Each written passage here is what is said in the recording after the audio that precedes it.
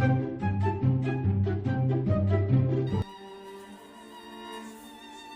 يا ابني داخل على فين؟ مفيش سلام عليكم؟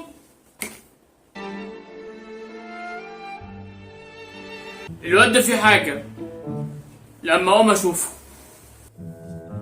ابني الغالي، متضايق ليه يا حبيب بابي؟ مفيش حاجة يا بابا، بعد إذنك سيبني شوية. قول لي بس مين مزعلك وانا راح اجيب الرجاله وابهدل لك الدنيا. ده انت ابني الغالي. معايا مشاكل في الشغل وحوارات وناس باردة مع واحد في الشغل، رخمين معايا في الشغل.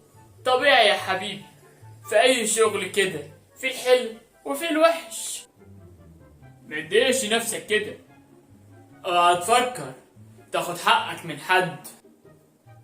خليك برنس، النسكافيه بتاعك وروق على مزاجك، واتفرج على الدنيا وهي بتلف تلف وبتجيب لك حقك لغاية عندك. حبيبي يا بابا. اوعى يا ابني يوم من الايام ترمي ودنك للشيطان. في الطبيعي هيحصل لك مشاكل في شغلك وفي حياتك. ومن مين؟ من زميلك. فانت طبعا رميت ودنك للشيطان ووسوستك خلاص.